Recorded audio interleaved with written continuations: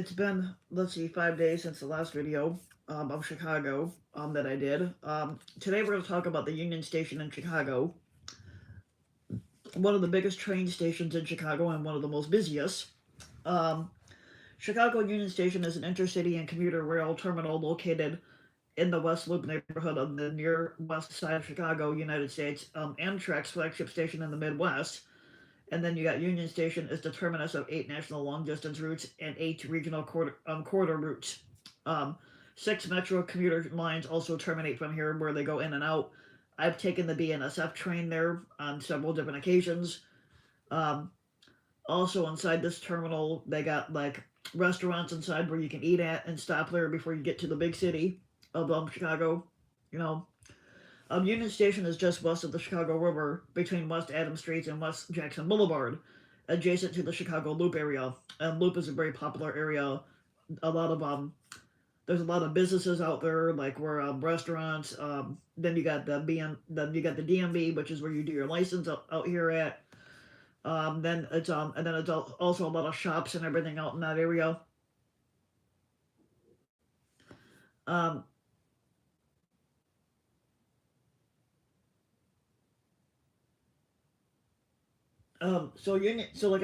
like I was saying, Union Station is just west of the Chicago River, between West Adams Street and West Jackson Boulevard, adjacent to the Chicago Loop. So, including approach and storage tracks, it covers about 9.5 city blocks, most of it being underground, and beneath streets and skyscrapers, and some built with the earliest usage of railway air rates. So, the present station opened up about 1925, replacing an earlier Union Station on the site built in 1881. Now, the station is the fourth busiest rail station in the United States after Pennsylvania Station, Grand Central Terminal, and Jamaica Station in New York City. It's also the busiest outside of the Northeast Corridor. It handles about 140,000 passengers on an average weekday, including 10,000 Amtrak passengers.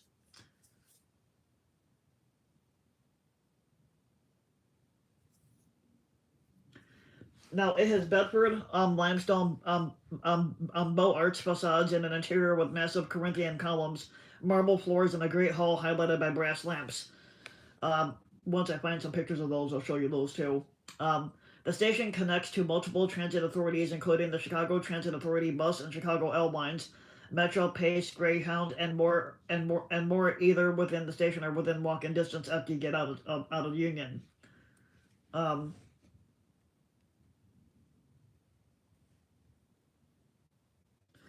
Now, Chicago Union Station is named a Union Station, like many train stations across the United States. Um,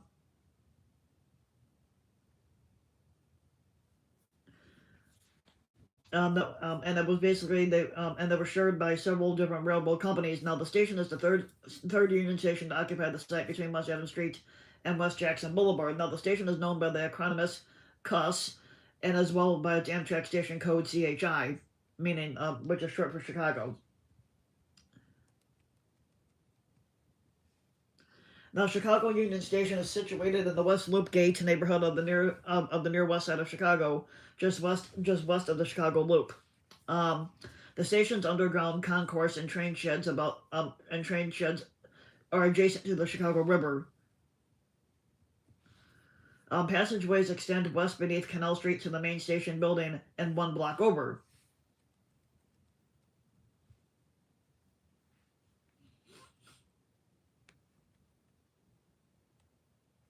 Now, these are train stations, or train routes.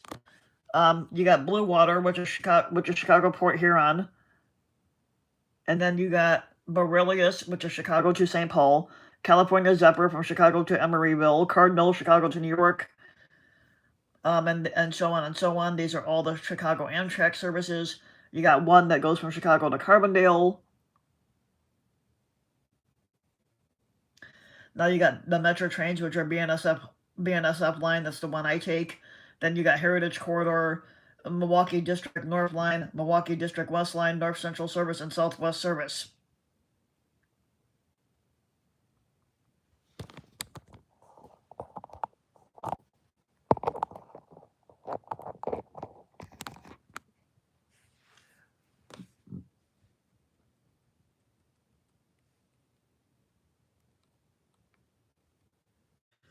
Now unlike many major American intercity and commuter rail hubs, Union Station does not offer any direct connection to local rapid transit service. But however, two Chicago L line stations are within walking distance of Union.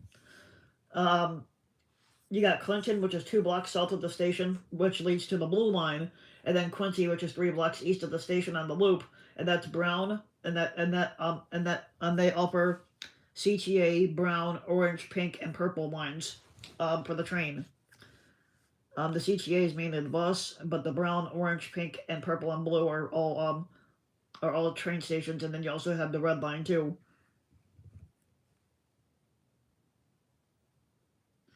I'm a sports fan, so I do a lot of sports stuff. Um, Walking,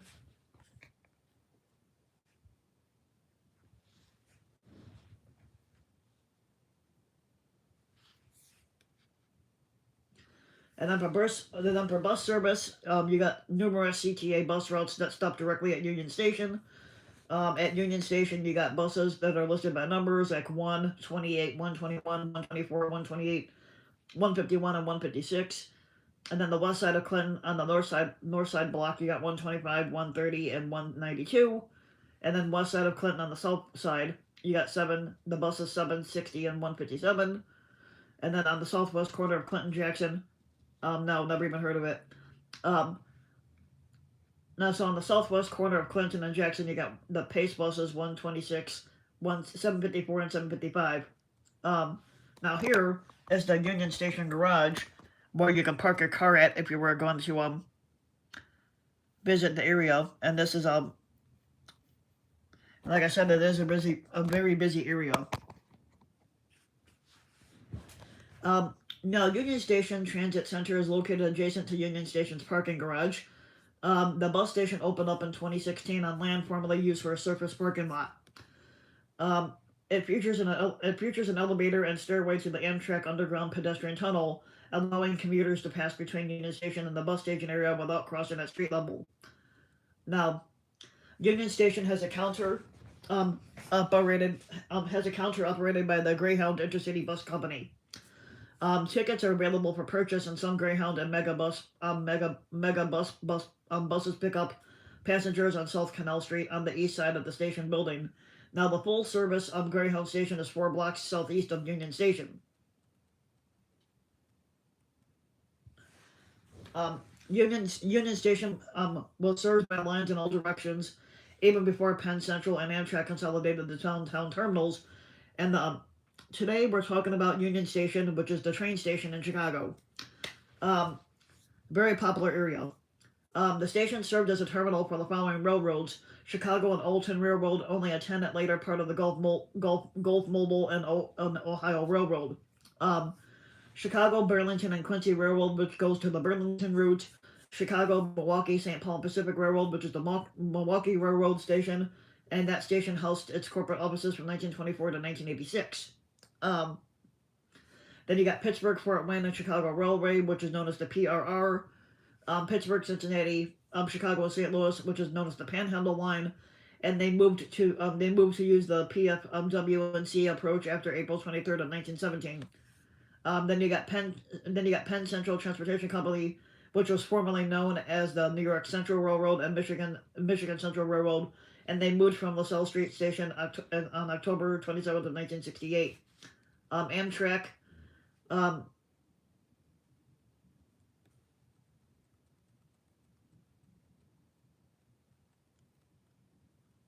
Okay, so some of these trains and their names have survived to present Amtrak services, such as the Empire Builder, the California Zephyr, and the Hiawatha.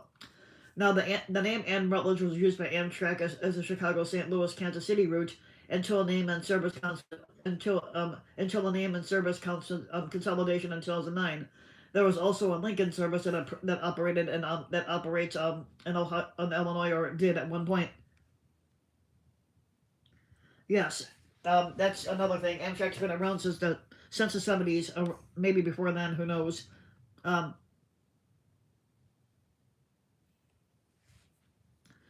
Now, located west of the Canal Street, Union Station building occupies an entire city block. At its center is the Great Hall. Here's the picture of the Great Hall in Amtrak and the Union Station.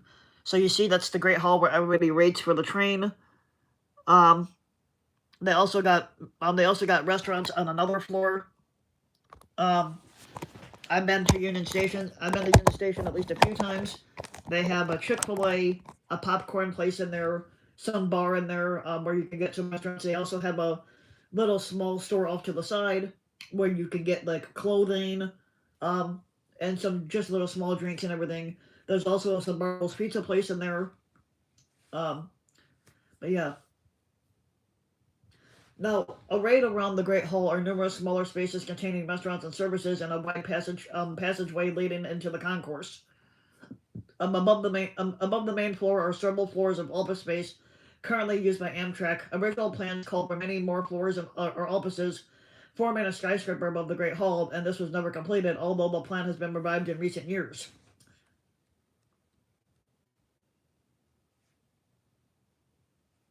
Now, the Burlington Room is an event space at the northwest of the Great Hall, and the room features large columns, chandeliers, 4 French block murals of landscape scenery, and an original mirror. The space, initially a women's lounge, was restored in November of 2016, but after years of damage and neglect for event uses, the space has color changing lights and an audio visual system. Now the head house includes a space formerly used as Fred Harvey Restaurant, which I don't think is even there anymore. After a large fire in 1980, the space was damaged. Windows on Clinton Street were destroyed, and the space was left vacant and so that particular space has been vacant since then. Now, in 2018, Amtrak announced plans to redevelop the space into a multi-level food hall using funds from the sale of its parking garage. A new entrance and canopy would be installed on Clinton Street, and new windows would replace the bricked-up windows. But the food hall was planned to open in the summer of 2020, but it never happened. Now, the head house also includes a Metropolitan Lounge, one of 7 Amtrak offers in its stations. The lounge operates like an airport lounge, accessible to business and first-class passengers, as well as other high-priced ticketed passengers. The lounge reopened in June of 2016, moving from the concourse to the head house. It has 2 stories and about 13,500 square feet, double the space of the previous lounge. It features different seating areas intended for business people, families, and children, and people using their phones or tablets. And this space also has bathrooms with showers and an elevator. Excuse me. Yeah. Now, Union Station is laid out with a double stub end configuration, with then 10 tracks coming into the station from the north and 14 from the south. Unlike most of Amtrak's major stations, every train calling at Union Station either originates or terminates there, and all passengers traveling through Chicago must change trains to reach their final destination. Now, there are 2 through tracks to allow out-of-service equipment moves between the north and south side, including one with the platform to allow extra long trains to board. Now, I don't eat Taco Bell. Taco Bell tastes like shit.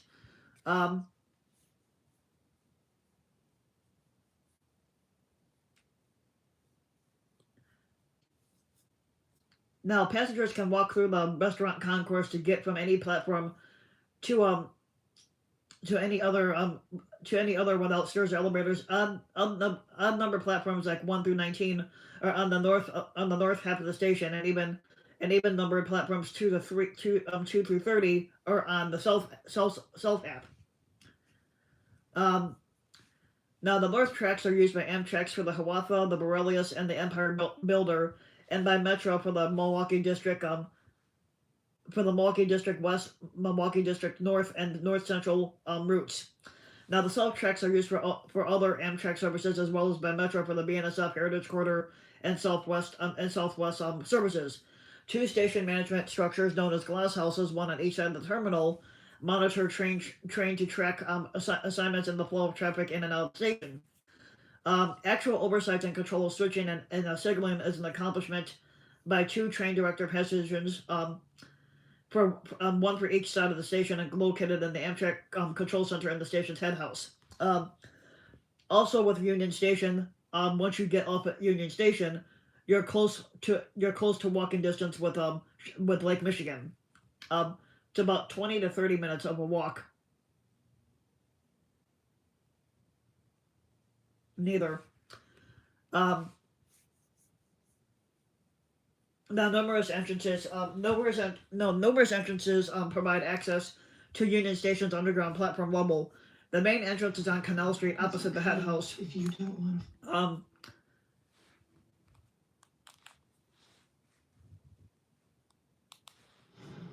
it's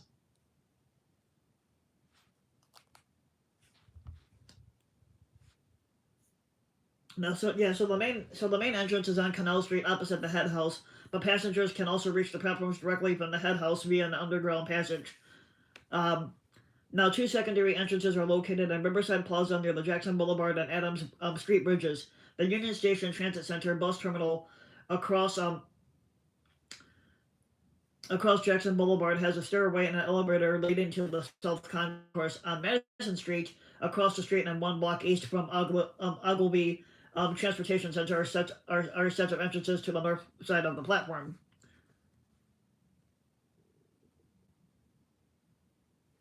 Now, Union Station was designed by D.H. Burnham and Company, known for its lead architecture, Daniel Burnham, who died before the construction began. Um, the successor firm of Graham, Anderson, Probst, and White completed the work. Now, the terminal was among the first to anticipate automobile traffic. It was first designed in 1909, 1 year after the Model T entered production. It was designed with ticket offices, concourses, platforms, waiting and baggage rooms, and shops all on a single level meant to be easy to navigate. At opening, the terminal also housed a hospital, a chapel, and a jail cell. Wow, I didn't even know they did. Now, the main building, um, a square neoclassical structure, takes up one city block. Its architectural style contrasts with modern glass faced buildings around it. The station has wide porticos and large colonnades on its exterior, and the straight level entrances utilize Indiana limestone. Now, the station originally featured a large bow arch concourse building along the river made with marble, glass, and iron. Massive steel arches held up the bolted roof, and several stairways led passengers down to platforms. The concourse was demolished in 1969 and replaced with an office tower. Um,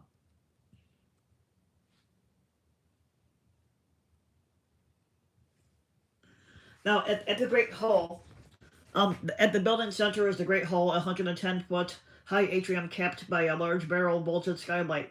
The 24,000 square foot room has connecting lobbies, staircases, and balconies. Enormous wooden benches are arranged in the room for travelers to wait for connections, and two specially designed underground taxi cab drives were built to protect travelers from the weather. Now the rooms columns are of textured Roman travertine with leafy golden Corinthian capitals. The ceilings and insets are coffered with decorative rosettes. Um,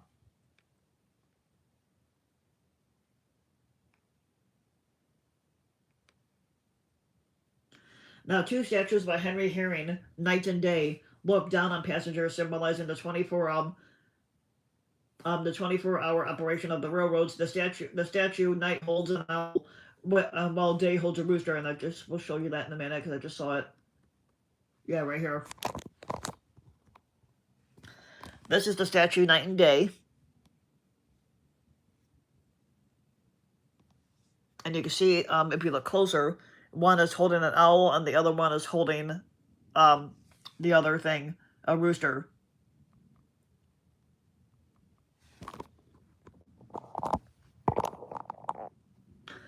Now, the Chicago Union Station powerhouse is a decommissioned coal fire power plant that provided power to Union Station and its surrounding infrastructure.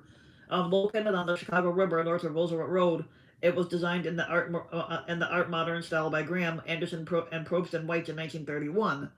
The power plant was decommissioned in 2011, but it was included in Preservation Chicago's 7 most endangered list in 2017 and 2020 as Amtrak plans to demolish the building. And you can see that picture right here. This is the powerhouse.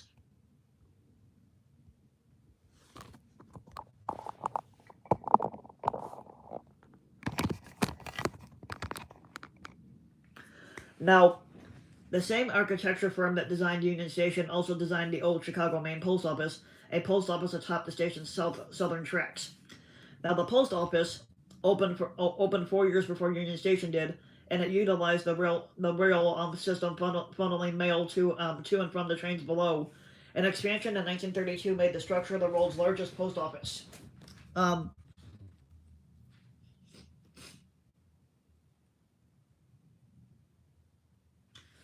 and here is the Chicago Daily News building. I don't know if that still stands.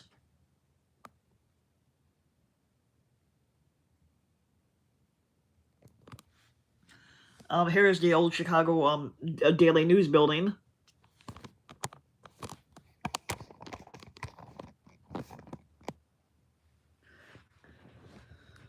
The large amount of land above the tracks and platforms has tempted property owners and developers, possibly inspired by Terminal City, a development built atop New York's Grand Central Terminal's train shed.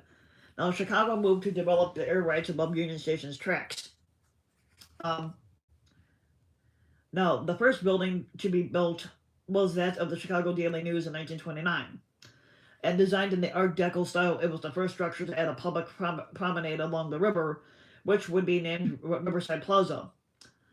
Soon after, in 1932, the new Chicago Main Post Office opened, also in the Art Deco style. It is a gigantic structure that occupies 2 full city blocks. The Great Depression and subsequent World War II halted development, but in the 1960s, work began on Gateway Center, a modernist complex of 5 buildings. Only the first 4 were built, and construction lasted until the 1980s through several economic cycles. Um,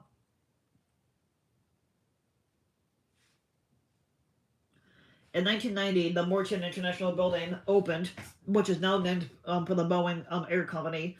It was the tallest building constructed over the tracks, with the construction of River Point beginning in 2013.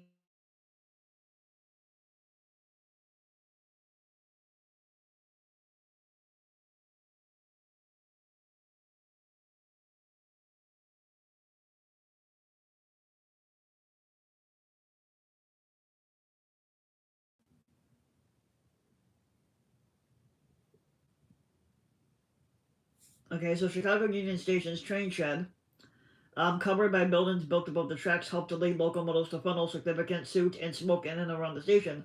But this was unlike the Grand Central Terminal, which has only allowed electric trains into its train shed since opening. Um,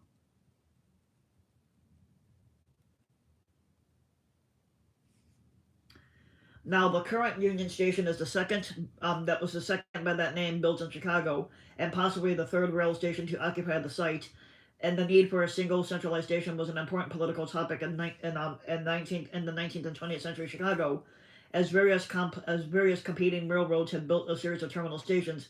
Now, the numerous stations and associated railroads and tracks surrounded the city's central business district, which was the Loop, they threatened its expansion. Now, the various stations also made travel difficult for through travelers, many of whom had to make inconvenient transfers, often slowed by street traffic from one station to another through the loop. And Union Station was part of an architecture Daniel Burnham citywide plan of Chicago in 1909.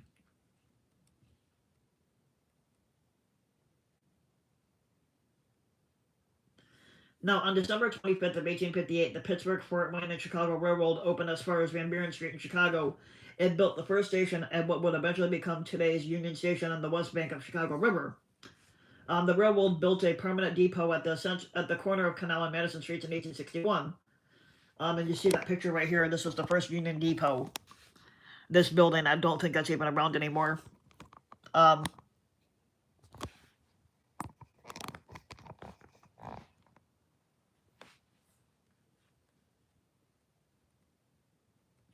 Now, on April 7th of 1874, 5 railroads agreed to build and share a Union Station just north of the original Pittsburgh, Fort Wayne, and Chicago Railroad Station sites at Van Buren Street. And these railroads were Pennsylvania Company, a subsidiary of the Pennsylvania Railroad, Chicago, Burlington, and Quincy Railroad, Michigan Central Railroad, Chicago and Alton Railroad, and the Chicago, Milwaukee, and St. Paul Railway, which is the Milwaukee one.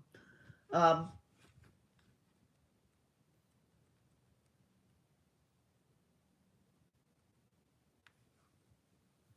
Now, the Michigan Central, which had previously been using the Illinois Central Railroad's Great Central Station, soon decided to back out of their agreement, and they continued to use the Illinois Central Depot. The Chicago and North Western Railway, not part of the original agreement, considered switching to the new station from its Wall Street station, but they also backed out. Backed out. In 1911, it built the Chicago and Northwestern Passenger Terminal for its operations. The remaining four original companies used the station when it opened in 1881, and the head house of the Union Depot, a narrow building, fronted onto a Canal Street, and it stretched from Madison Street into Adams Street. Tracks led into the station from the south, and platforms occupied a strip of land between the back of the head house and the bank of the Chicago River south of the station. Adams, Jackson, and Van Buren Streets rose over the tracks and the river on bridges, and the station, also, along with its successor, was effectively two back-to-back stub end terminals. Now, virtually all trains arriving would terminate there, and passengers traveling further would need to change trains.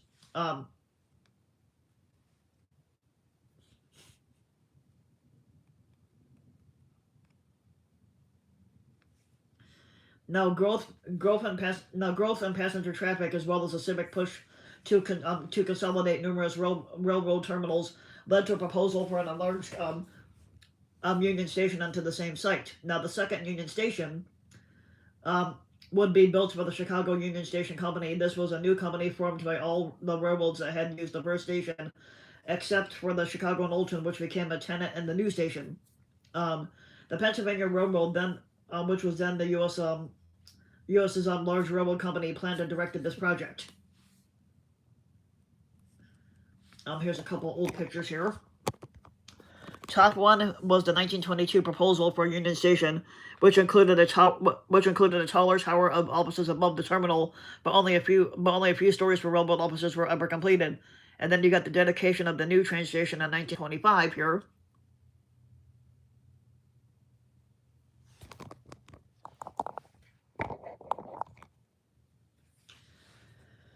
Now the architectural firm was, like I said,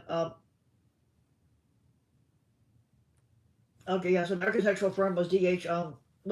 Burnham and Company, known for its lead architectural Daniel Burnham. Like I said, he died before construction began. The successor firm of Graham, Anderson, Probst, and White completed this work, and work began on the massive project in 1913, and it required purchasing adjacent properties and moving freight facilities. Construction stalled during World War I and resumed in 1919. The station finally opened up on May 16th of 1925, 12 years after construction began, but some viaduct work continued until 1927, and the construction cost that was funded by the railroad companies involved it was projected that Union Station cost about $65 million to be built, but it ended up costing over $75 million. Now, construction was delayed several times by World War I, labor shortages, and strikes. Now, the construction of the station also involved the demolition and relocation of some previously existing buildings, such as the Butler Brothers warehouse along the Chicago River. It is one of about a dozen monumental Beaux Arts railroad stations that were among the most complicated architectural programs of the era, called the American Renaissance, combining traditional architecture with engineering technology, circulation, patterning, and urban planning. Union Station was hailed as an outstanding achievement in railroad facility planning at this particular time.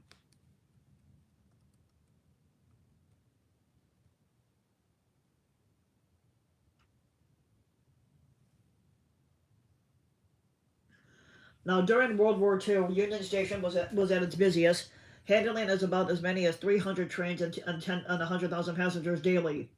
Now, many of them were soldiers. Illustrator Norman Rockwell captured this era with his cover painting for a December 1944 issue of the Saturday Evening Post, depicting the station jammed with Christmas travelers. After the war, the growth of highway construction and private ownership of automobiles caused a severe decline in American passenger railway ridership, including at Union Station. Now here on the left was the Concourse Building, which was foreground and head house background.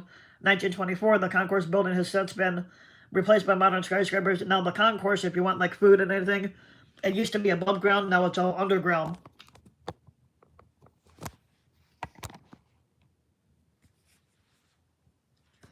Now, in 1969, the station's owner demolished the concourse building, making way for a modern office tower. New and modernized. It's new and modernized, though even though less grand, concourse was constructed beneath the tower. Um, in May of 1971, the National Railroad Amtrak was formed to take over long distance passenger train service, while commuter trains remained privately operated. In 1980, the station's Fred Harvey restaurant experienced a large fire.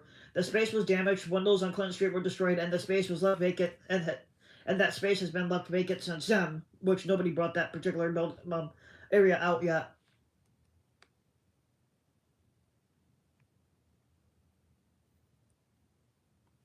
In 1984, Amtrak brought out shares of Chicago Union Station Company that was held by Burlington Northern, successors for the Burlington Route and the Milwaukee Road, becoming sole owner of that station. Um,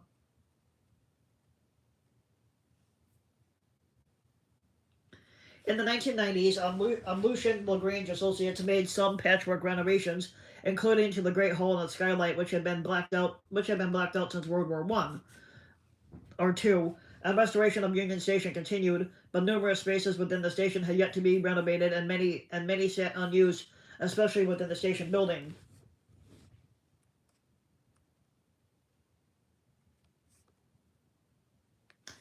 Now, after the September 11 attacks, Amtrak closed the pair of taxicab drives in the name of security.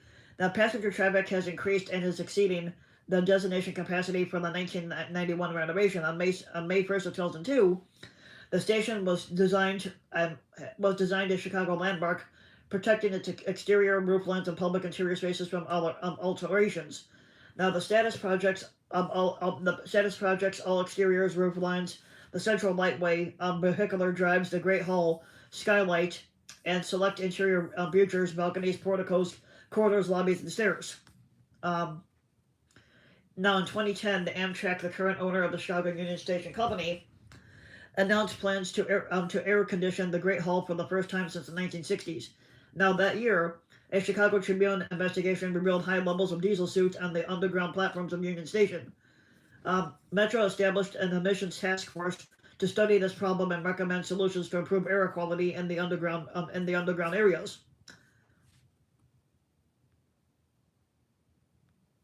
Now, in 2011, its lighting system was replaced with more energy efficient.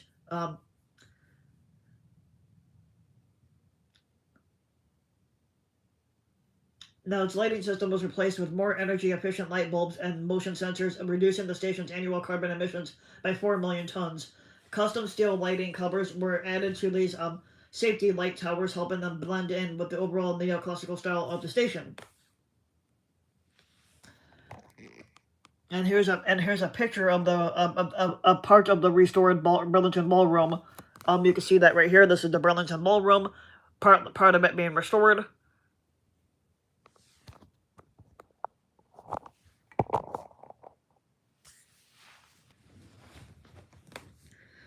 Now, in 2011, the city held a public meeting to discuss goals for the station, aiming to accommodate the expected 40% growth in passengers by 2040. In the following year, city agencies joined to publish a master plan for renovating and improving Union Station.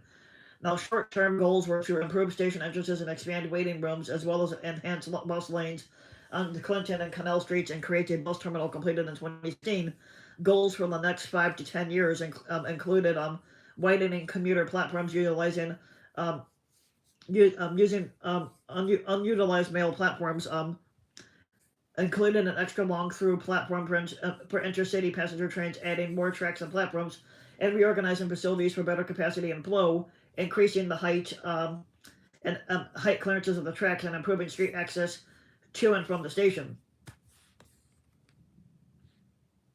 Now, long-term proposals include increasing capacity and improving the ambience of the station by significantly expanding or replacing station facilities in the 200 or 300 blocks of South Canal Street. Adding track and platform capacity along Clinton Street or Canal Street was also analyzed.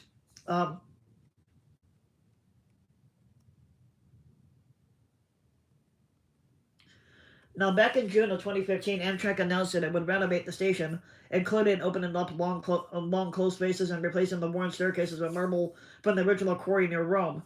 Now, in 2016, The women's lounge was restored, and that was renamed the Burlington Room and opened for use as an event space. The space was initially a women's lounge, and it later became an Amtrak warehouse. Um,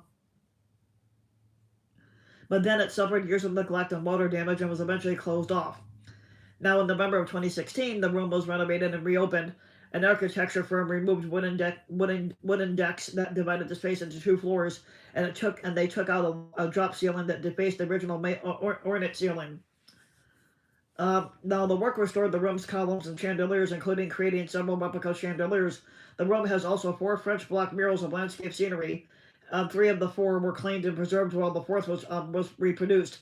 An original mirror and banister were added to the room's north end, and the space was improved for events with color changing lights and an audio-visual system.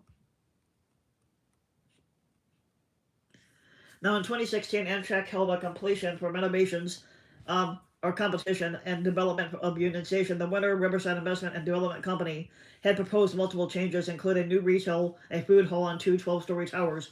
The plans followed an unrealized 2007 plan for a tower addition that was above Union Station.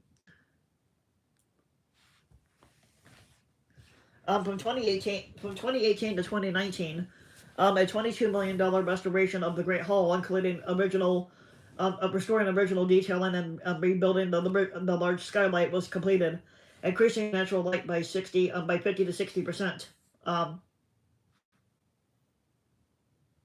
Now, the skylight, originally built in the 1920s, suffered from decades of harsh weather, leading to countless patchwork repairs, many of which blocked lighting from entering the Great Hall. The 2018 to 2019 renovation restored the historic skylight to its original appearance and added another glass skylight atop of it. The new skylight is better designed to prevent water and snow damage and increases light entering the Great Hall. Every time I think of Great Hall, I think of Harry Potter, because they had a Great Hall where they would have their dinners at.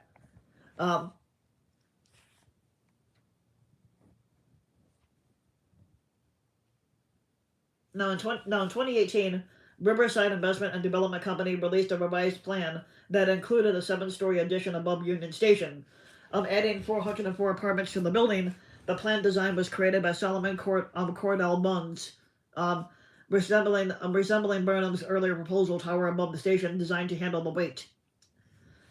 Now, this addition was to be clad in glass and light bronze, and it was differentiated from the station's design as recommended in its landmark destination. The developers also plan to renovate the existing upper levels of Union Station's head house, adding over 330 hotel rooms. The proposal was met with mixed reactions by preservationists and architectural critics, with Blair Kamin, the Chicago Tribune's critic, calling it banal and top-heavy. Several months later, the developers announced that they were canceling the plan for the 7-story addition, instead constructing only a single additional penthouse floor that was set back not to be visible from the street. The revised plan kept hotel rooms in the station's upper floors and added a proposed 50-story office tower, replacing the station's underutilized parking garage.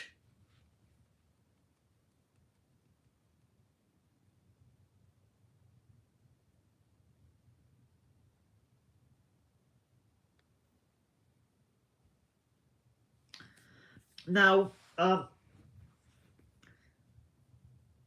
2018, Amtrak had announced plans to redevelop the former Fred Harvey restaurant space into a multi-level food hall using funds from the sale of its parking garage. A new entrance and canopy would be installed on Clinton Street, and new windows would replace the bricked-up walls. Now, the food hall was planned to open up in December 2020, but it has not opened.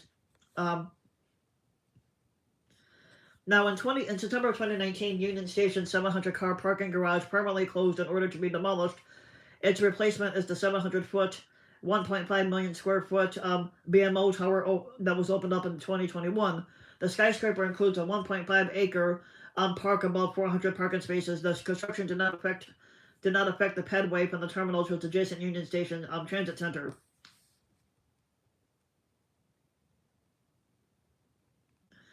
In March of 2020, U.S. Representative for Illinois Dan Lipinski filed a bill to shift operational control of the terminal from Amtrak to Metra. Lipinski noted that Metro utilizes the station much more than Amtrak does and operates its other large stations more effectively than Amtrak operates Union Station. Amtrak officials threatened to stop service to Union Station if the change was to be made, stating that it would be impossible to operate and would serve as a blockade to regional and national Amtrak service. Congress was out of session during the COVID-19 pandemic, and they aimed to discuss Lipinski's bill once session had resumed.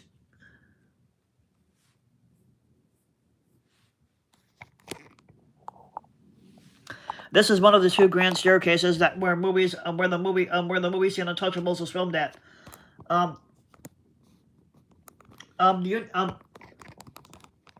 Union Station in Chicago has been used numerous times in many movies and TV shows. Some of the movies that they filmed there was the movie The Sting, Silver Streak, On the Right Track, Dr. Detroit, The Untouchables, The Package, My Best Friend's Wedding, Flags of Our Fathers, Public Enemies, and Man of Steel. And it also featured prominently in the third season episode of the TV series ER back in 1994 titled Union Station. And it also featured in season 4 episode 8 of the TV series Fargo, although it was depicted as Kansas City Union Station even though that was in Chicago. A 2016 exhibit in Union Station showcased the station and Chicago's use as a filming location in American cinema. A photograph of Union Station is featured on the cover to Old Trains, the final album of the Chicago rock band Shell Rock.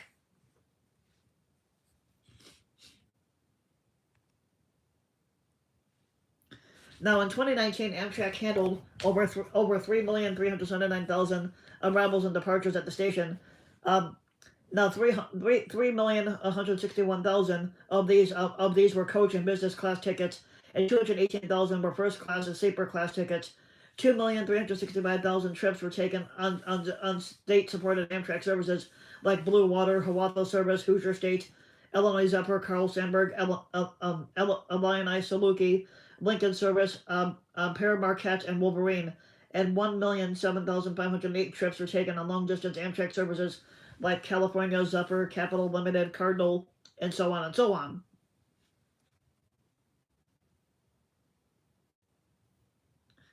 In 2019, the average trip to and from the station was 327 miles in distance.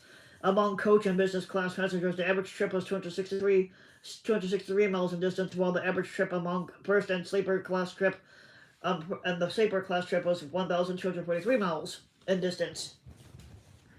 Now, between the fiscal years of 2002 and 2008, Amtrak ridership had more than doubled at the station, surpassing 3.1 million in the 2008 fiscal year.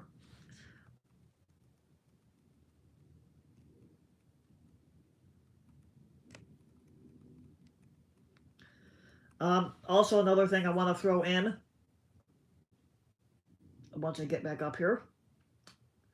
Today is October 24th, and today marks the 1-year anniversary since my mother had passed away. My mom died on this date back in 2024 of last year, at the age of 61. She was not in good health at the time of her death, and basically being a lifelong smoker did that to her. So I didn't have much planned for today for her death anyway. We still tried to, a year later, I had a falling out with my family over my mom's death, so I haven't really talked to any of my family at all about that. So that's the end of Chicago Union Station, but let's still listen here. Crap, hold on. Since I don't know how many of my followers on YouTube are from Chicago area, how many of you have heard of the Magnificent Mile in Chicago?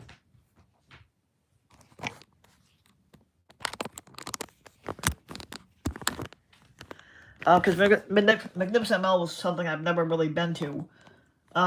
So the Magnificent Mile, sometimes locally abbreviated as the Mag Mile, is approximately 1 mile long stretch of the Michigan Avenue from the Chicago River to Oak Street on the north side of Chicago, Illinois.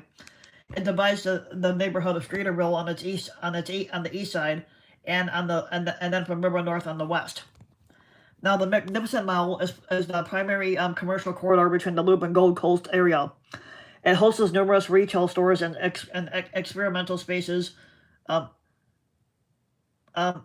hotels and tourist attractions. Basically, a lot of them being hotels and museums out in that area.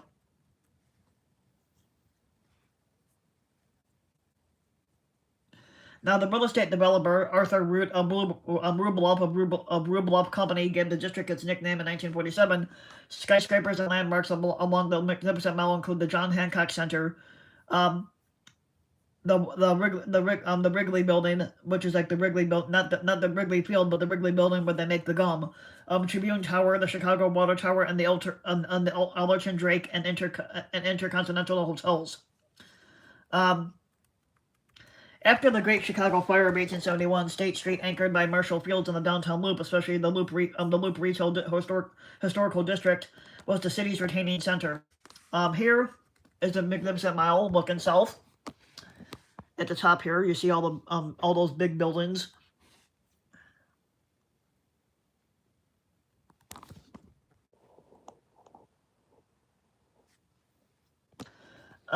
Now, the convenience of mass transit, including streetcars and elevated trains, supported a retail corridor along State Street from Lake Street to Van Buren Street. By the 1920s, commuter suburbs began to have significant retail districts. Prior to the Bascule Bridge construction, swing bridges across the river were open for ship traffic during half the daylight hours. The Rush Street Bridge was the swing bridge for this area. The opening of the Michigan Avenue Bridge in 1920 created a new commercial district.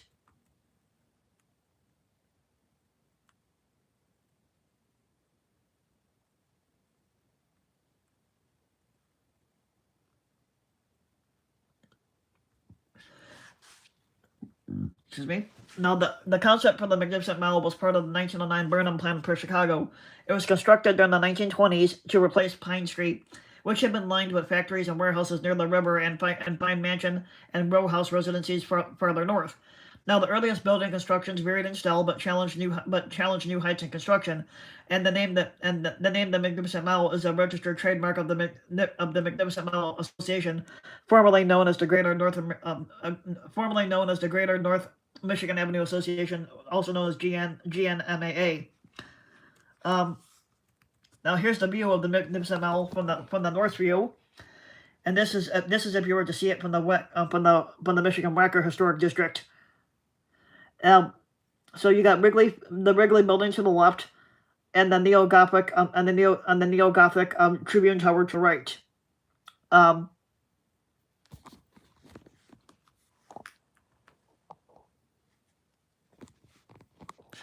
Now, after the Great Depression and World War II, Arthur Rublev and William Zeckendorf brought out or controlled most of the property along this stretch of the avenue and supported a plan by Halliburton and Roots for construction of new buildings and renovations of old ones.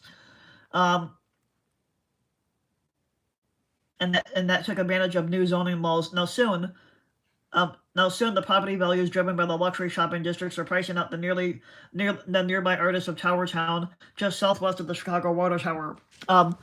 Now, Rublev and Zeckendorf successfully developed and promoted the area until it became one of the most prestigious addresses of the city, spurring new investment along the Magnificent Mile and throughout the near north side.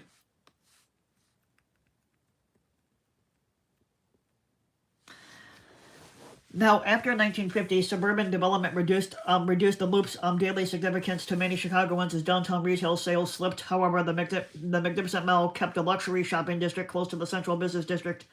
The opening of the 74-story water tower place in 1975 marked the return of Chicago's retailing prominence. By 1979, the State Street commercial corridor had lost its commercial validity and was closed to still traffic for renovations, including sidewalk widening until 1996. Now, in August 2020, the Magnificent Mile was looted by large crowds during a night of unrest after Chicago police shot a black person in Englewood. In May of 2022, a mass shooting nearby, the neighborhood killed 2 people and critically injured 8 others, but 2 men have since been convicted in connection with that shooting, and one of them being for murder, while the other was for weapon charges. Today, the Magnificent Mile contains a mixture of upscale department stores, restaurants, retailers, residential and commercial buildings, financial service companies, and hotels catering primarily to tourist people who do not live in this area. Now the Magnificent Mall of Chicago includes 3.1 million square footage of retail space, 460 stores, 275 restaurants to pick from, hotels, and a host of sightseeing and entertainment attractions to more than 22 million visitors annually.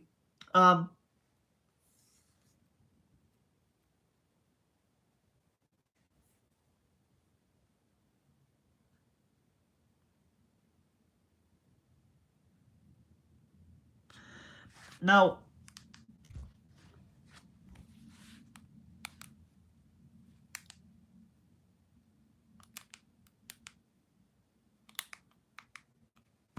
okay, so now the American Planning Association selected the Magnificent Mall as one of the 10 great streets for Chosen 7 through its Great Places in America program. In recent years, the Magnificent Mall has added trees and powerful medians to reflect the changing seasons.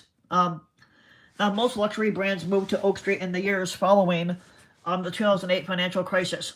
Now, the Magnificent Mall still holds luxury department stores like Bloomingdale's, Neiman Marcus, Saks Fifth Avenue, and Nordstrom.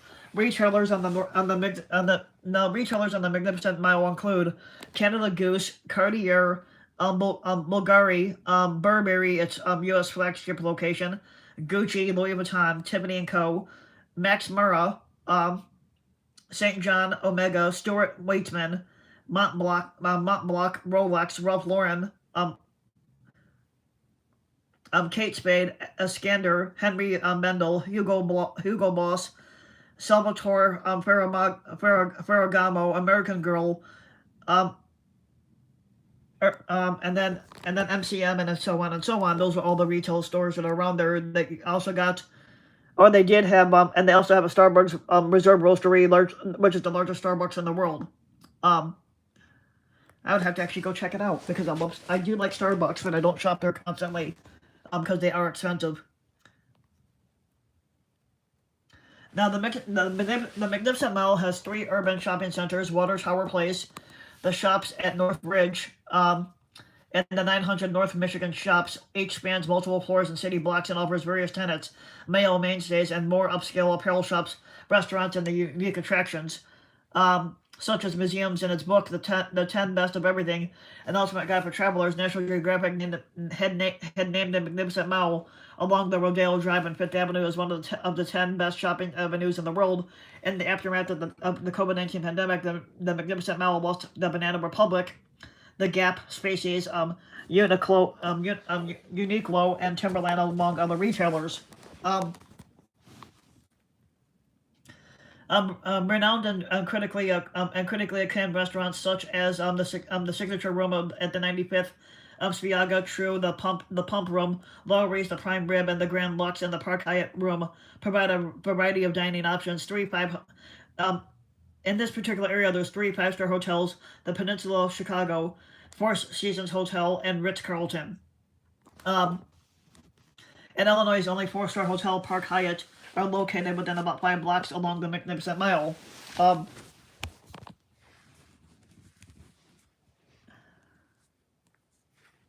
Now, other hotels such as the Intercontinental Chicago Magnificent Mile, Knickerbocker, Western, and Drake Hotel, and the Conrad Chicago offer convenient luxurious accommodations as well, and selected luxury class hotels are known down here. You got Knickerbocker Hotel, Western Michigan Avenue, Four Seasons Hotel, Ritz-Carlton, Park Hyatt, the Peninsula of Chicago, Allerton Chicago, Omni Chicago Hotel, the Conrad, Intercontinental, and Drake. Even the largest banks have branches along the strip, including the 3 largest banks in the nation: Bank of America, Citibank, and J.P. Morgan's Chase Bank. Now, additionally, the largest banks in Chicago are present, such as Harris Bank, which is technically across the street from the Magnificent Mall. American Express has a Magnificent Mall address for one of its 2 Chicago services, and Fidelity Investments has an office at the foot of the Magnificent Mall.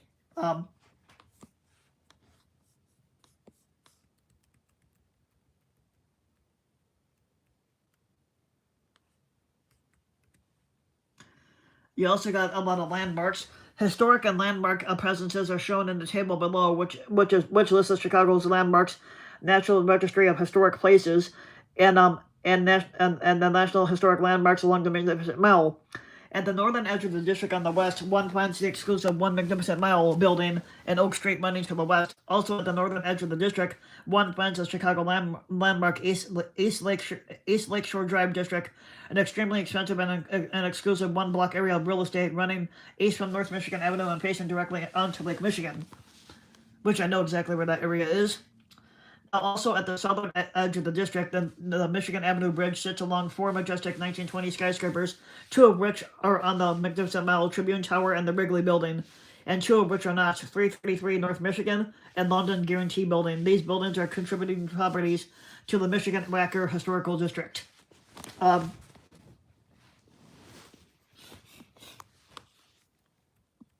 So with the landmarks, you got Drake Hotel, Palm Olive Building, Perkins Fellows, and Hamilton Office and Studio, the old Chicago Water Tower, District, Allerton Hotel, Women's Athletic Club, the McGraw-Hill Building, Tribune Tower, Disabled John Baptist Point Disabled home site. Then you got the site of Fort Dearborn and Michigan Avenue Bridge and Esplanade.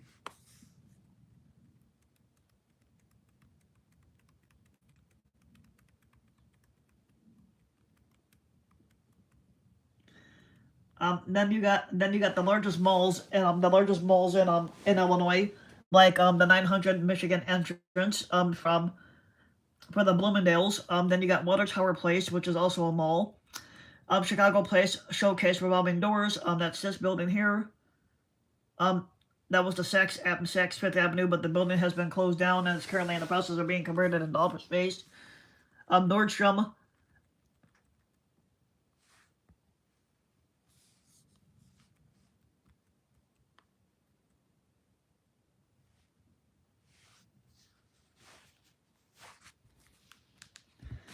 Now, with each season, the ambience of the Magnificent Mile changes, and this change is signaled by several official events. Median planters were constructed as part of a streetscape involvement project in 1994. In the spring, hundreds of thousands of tulips bloom from the mid-April until the end of May. In 2008, a public art installation of kinetic sculptures designed by local and international architects was placed in the garden beds. And you can see that here. You got the top one here, and then the bottom one down here.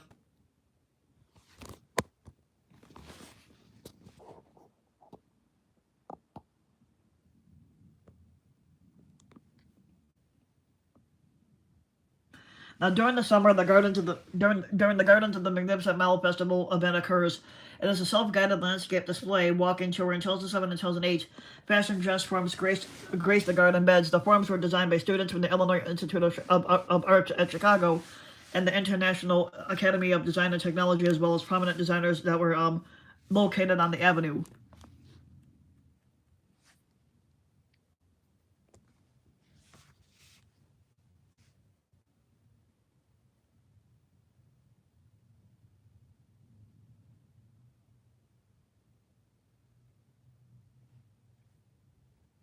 Now the tradition of lighting the trees on the Magnificent Mile to start the Christmas season has been going on for more than 40 years. More than 1 million lights are lit and fireworks follow the event, and the Magnificent Mile Lights Festival, presented by BMO Harris Bake, is the annual kickoff to Chicago's Christmas season. Now the day the day of the event has special activities and offers across Magnificent Mile businesses, plus interactive holiday booths and Pioneer Court, and a free concert with free concerts featuring popular artists all afternoon in the Harris stage. Past artists have included Jason Mraz, Mitchell Musso, and Katie Tunstall. In the evening, Mickey Mouse and Minnie Mouse lead a procession down Michigan Avenue from Oak Street to Wacker Drive, stopping at each block to light the trees. He brings, among other Disney friends, marching band, celebrities, and more. It is considered the first annual Christmas procession of the year.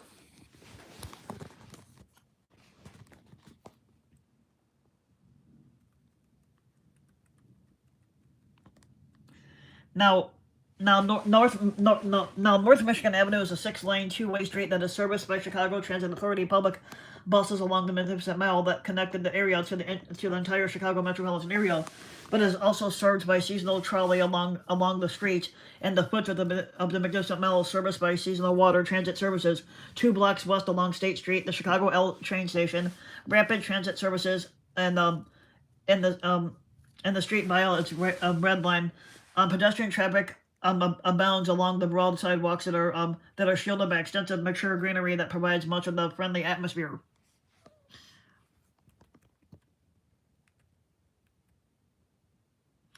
Now, for anybody who takes a trip out to Chicago, just be forewarned, it is a busy-ass area, and not just that, it's a big-ass area. So basically, it would take years to see it all.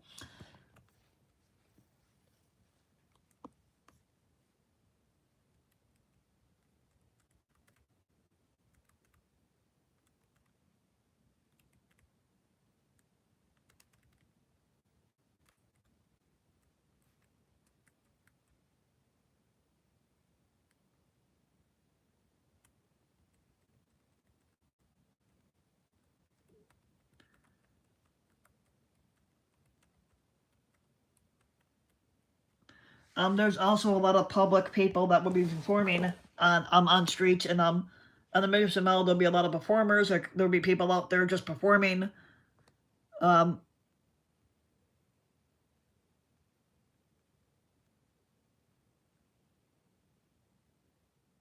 This is the so there's one picture where the people are in the blue. At the bottom here, those are customers at the Apple Store off of Michigan Avenue.